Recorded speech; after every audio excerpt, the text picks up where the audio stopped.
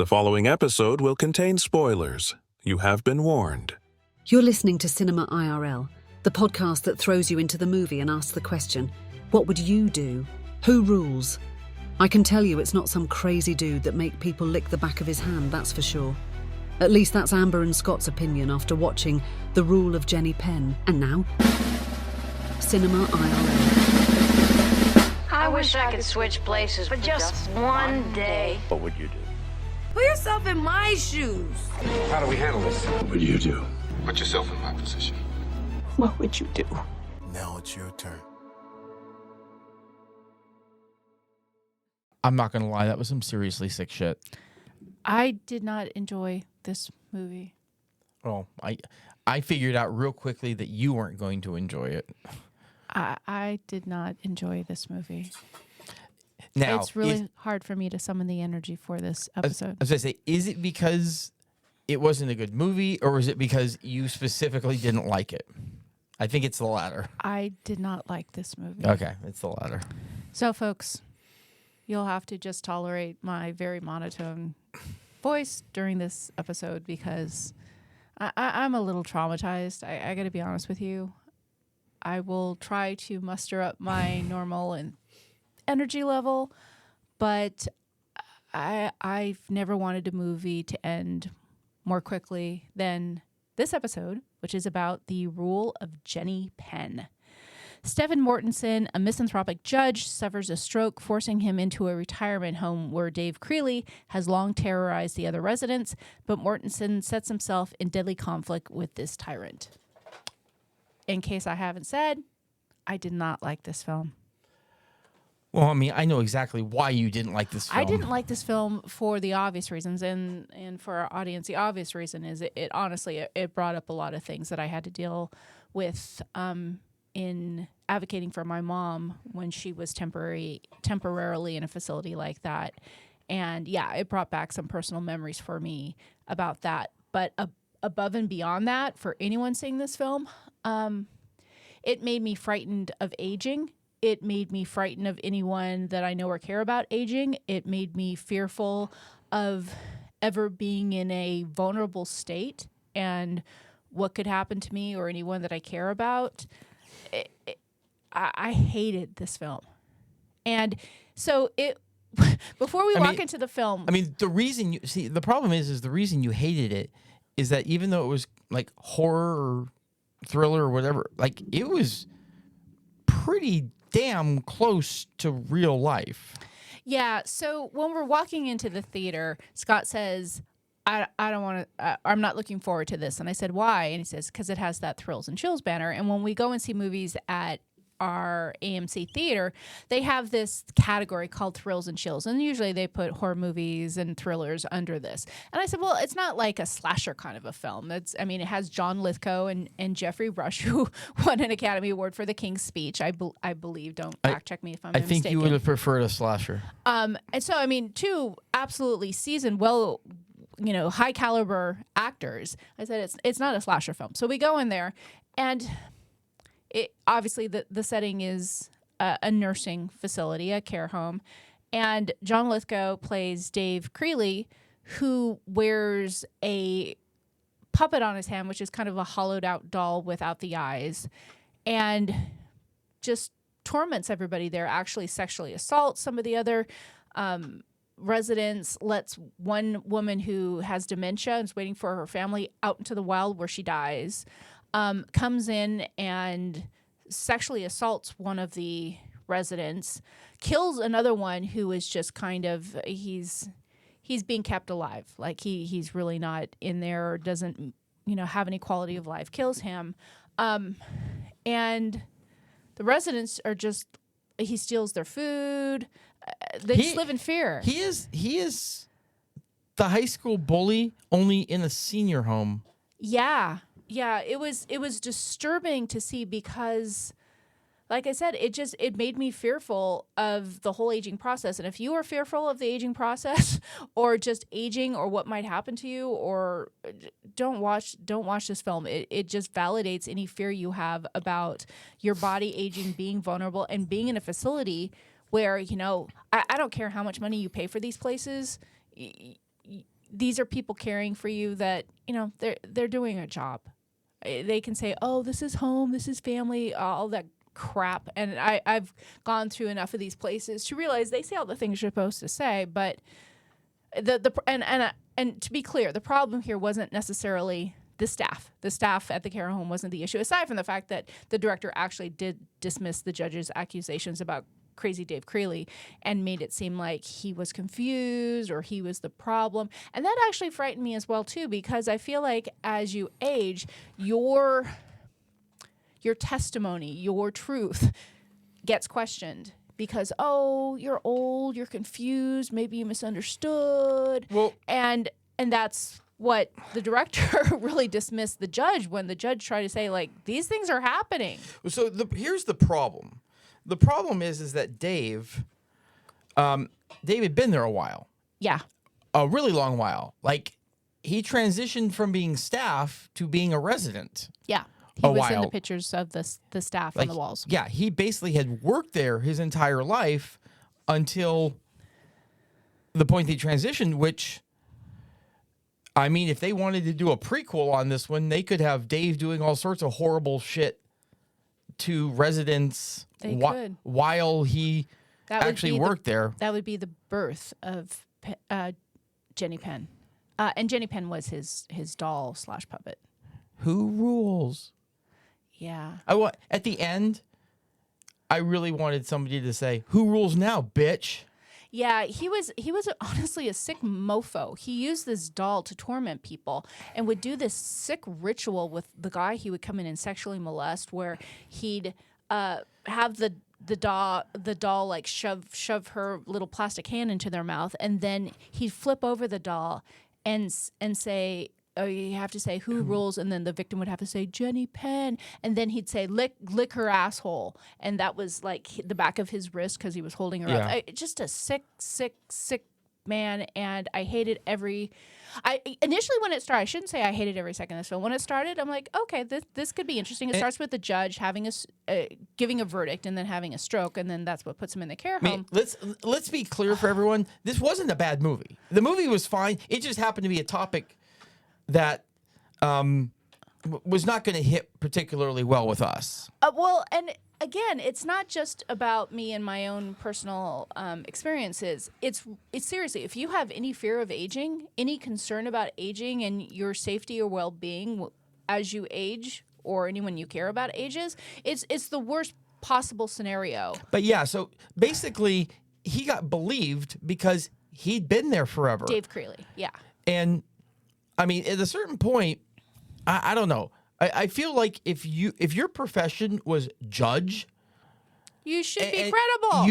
You should have more weight put on your opinion. So, I guess a little bit on what would you do? Yeah, let's dig into what would you do. I would have more staff, because how many times was there just a lot of residents in one location and seemingly no staff member anywhere around?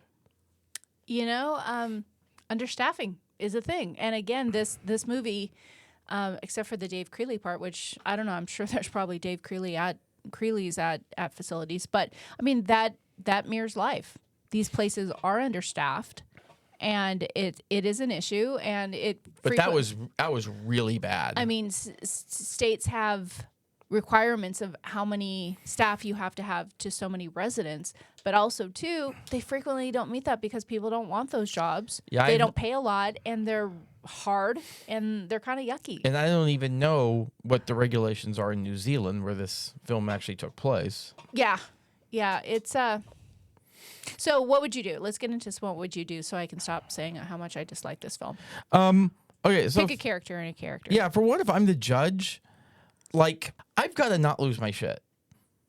Because the problem is whenever you get just angry and you lose your shit, you also lose a lot of credibility. Yeah. He had reason to be angry. Yeah. For sure. But he looked like the crazy one when he would say, he's screaming that this is happening, and then he'd hit things and kind of throw a little bit of a tantrum, which made him lose credibility. I agree wholeheartedly. Yeah, and it's not about taking the high road at all. I'm perfectly fine with him taking the low road. Like when he went into that guy's room and Dave basically Creeley's. emptied all of his inhalers. Yeah, he was trying to take out Dave Creeley, and yeah, he emptied his I'm inhalers. down. I'm down with that. Yeah, I'm I completely. was disappointed that didn't work. Yeah, given everything, I was down with that. But yeah, I mean, perception is reality, and if he's been there a while, and you know he's been there a while, you're not going to get anyone to listen to you if you sound like you're mad and angry, even if you have justification to be mad and angry. So the judge went into this facility because he had a stroke, and then he lost the use of his legs. But we also see him participating in cognitive tests along the way. You know, draw a clock. Repeat words, and that unfortunately that's a process I'm familiar with. And so That's a pretty that's a normal. yeah. So I guess from a what would you do standpoint, I want to look at the judge's roommate, Tony, who was once upon a time a very well-known soccer player, and Rugby. Rugby, yes. And he is the one that Dave Creeley would come in and molest and make Tony say Jenny Penn rules and lick her butthole, and the judge was like, I don't have anybody, but you do. You have people. Please tell some of your people what's happening. And he didn't want people to look at him in that way, think of him as less than, and his ego prevented him from seeking help and instead getting assaulted every night because Dave Creeley would grab his genitals. He would, choke him. Like pulled on and possibly pulled out his fucking catheter. Yeah, Jesus Christ. Sorry. My that still hurts me because I have had a catheter in, and that is ridiculously unpleasant. Yeah. Just seeing it, it was terrible. So what would I do if I was Tony? Get over yourself. You're going to let yourself be assaulted and everyone in that building live in fear because you're afraid of how someone might be perceiving you. And he shared a story about a weatherman, and I kind of have a funny feeling it might be based on a story of something happened here in LA. Yeah, I actually wanted to turn to you, and I'm like, that sounds very familiar. Yeah, no, it definitely sounded like a real life story. It's something that happened here in LA. So this weatherman, it was a story Tony was telling of this weatherman who had been found in a river with a bright pink dildo in his butt, and how apparently 16 inches. Oh. 16 inches of dildo. So the backstory is that the weatherman had gone to visit a dominatrix and something happened and she called her boyfriend and they dumped the weatherman in the river where he was found with the apparatus in his body. So, and that's how people remember the weatherman is by Tony, according to the pink dildo. So he didn't want to remember that way because he had a rugby career. He was well known. He didn't want his reputation to be tarnished and people to think of him poorly. So he didn't want to tell anybody. And unfortunately, when the judge even looked to him to corroborate what had happened with the executive director of the facility, Tony said, I don't know, I didn't say anything. So what would I do? I would frickin' man up if I were Tony and get over myself and stop being sexually assaulted on a daily basis and help every frickin' resident in that building. Yeah, I mean, eventually he did. Well, no, he didn't tell anybody. He just joined in the quest to take out Dave Creeley with the judge. That was a nice little plan they had there at the end. Yeah. Like into the room with the towels. Yeah. So what would I do? What would I do if I were the judge? So I think you have an excellent point about always maintaining rational and perception of professionalism, because when you lose your cool, unfortunately, you also lose a lot of credibility, and that's what happened with the judge. And the sad part that just rubbed me so wrong of why I hate this film so much is, you know, as humans age, we do get more vulnerable, and physically, you know, even the judge had some setbacks physically while he was there, and there was a blind couple. There was which Dave Creeley undressed her. He was just so terrible. But I think about just the vulnerability of us as humans as we age, and for anyone to take advantage of that is just it makes me angry and it makes me sick. Yeah, no, I'm there with you. Like, sadly, it's some solace that it was a resident and not the staff. Yeah, but to that point, the executive director, I don't feel like I understand that is a heck of a hard job. I understand that you probably get accosted with 20 problems every 20 minutes. But I do feel like she was dismissive, prematurely dismissive. And like you said, it's probably because David been there for a long time. But also, too, as you said earlier, he was it was a judge making these accusations of what was going on. And you would think that alone would lend you at least an audience with the executive director to discuss what was happening. As long as he had been there, like... Dave. Yeah, Dave. I still... He looked... Oh, he looked demented. He looked wild-eyed and crazy, and he wore a puppet on his hand all the time. Like, I'm sorry, if somebody is accusing that guy of something... I mean, I know you're not supposed to judge a book by its cover, but based on that cover, I'm at least checking that book out. Oh, I don't want anything to do with that book. That book's called Crazy Town. Well, no, what I'm saying is I'm checking it out as in I'm investigating. Oh, okay. Yeah. And the puppet was a doll. It was a doll, which actually made it kind of creepier. Like a puppet at least would be like fabric and colorful or whatever, but she was just a doll with poked out eyes. So what would I do if... I don't want to say what I would do if I was Dave Creeley, because I don't want to put myself in that guy's shoes. He's a freaking Looney Tune psychopath. Yeah, we are doing the what would you do if you were faced with Dave Creeley. Yeah, you know what? I'm going to say what would you do if you were a family member? And there was no family members visiting in this facility, so I am creating a character that doesn't exist. So, you know, I'm putting on my Scott hat here of you introducing elements that weren't in the film. But, folks, if you have anyone you care about, anyone you love, in any sort of nursing home, assisted living home, care home, go and check on them. Check on them regularly, because having an advocate when you are in these facilities is everything. I've seen people in these facilities who didn't have family members or friends or anyone to check on them, and I've seen how they've been treated, and I see how the people have been treated who had people who came. Yeah, regularly. Also unannounced. Also, don't call ahead.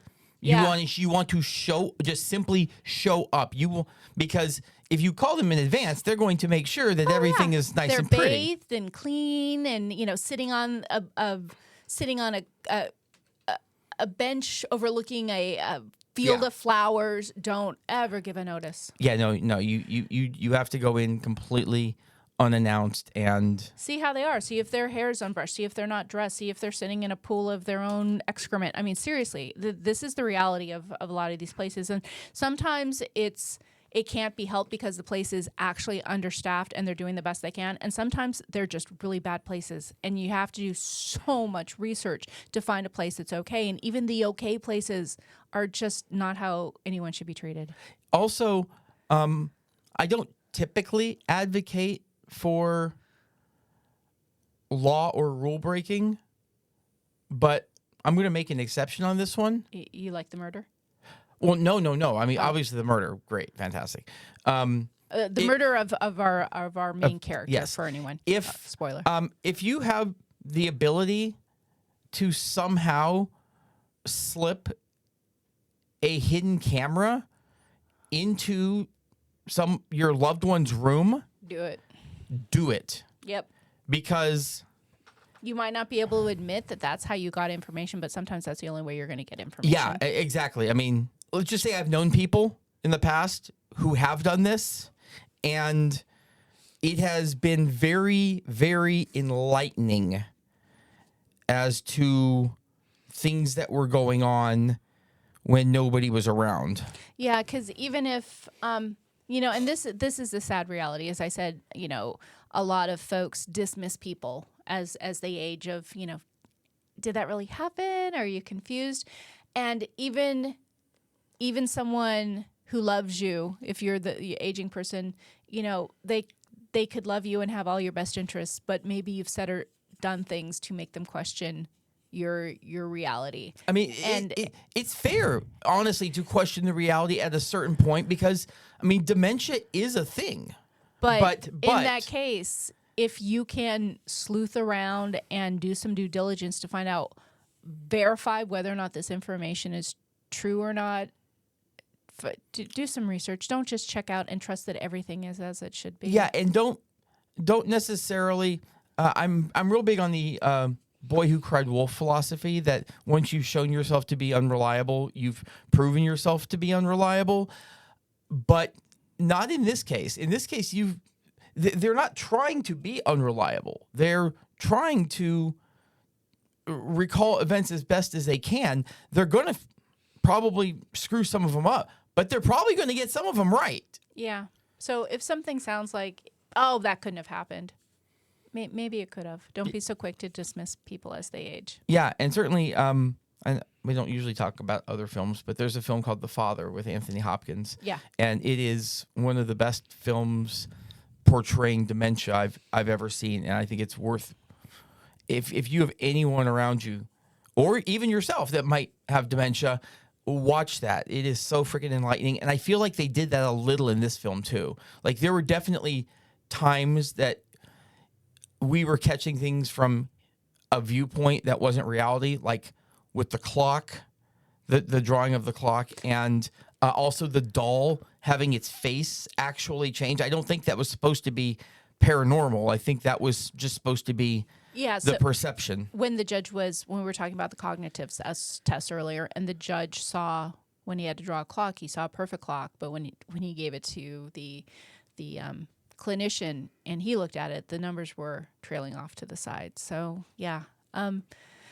Was this a good film? It probably was. They both did a great job acting. It was compelling. I just found it extremely uncomfortable, and I really didn't like. It just hit a little too close for us. It hit close to home, but honestly, it just. I think a lot of people have a fear of aging, and the thought of this ain't doing anything for that. Yeah, if you have a fear of aging, or if you have someone in your life that's aging, and the thought of them being somewhere and being subjected to someone like that, and obviously he is the exception and not the norm, and this is a film and not reality. But do I believe that there's Dave Creelys out there who might be doing stuff to other people? 1,000,000% there are. Absolutely. I just hope that there's not Bream Henny. Yeah. We hope you enjoyed our episode. Thank you for listening. And to catch all the new episodes, please subscribe. We release 2 to 3 episodes weekly, so we'll have new content regularly. Until next time.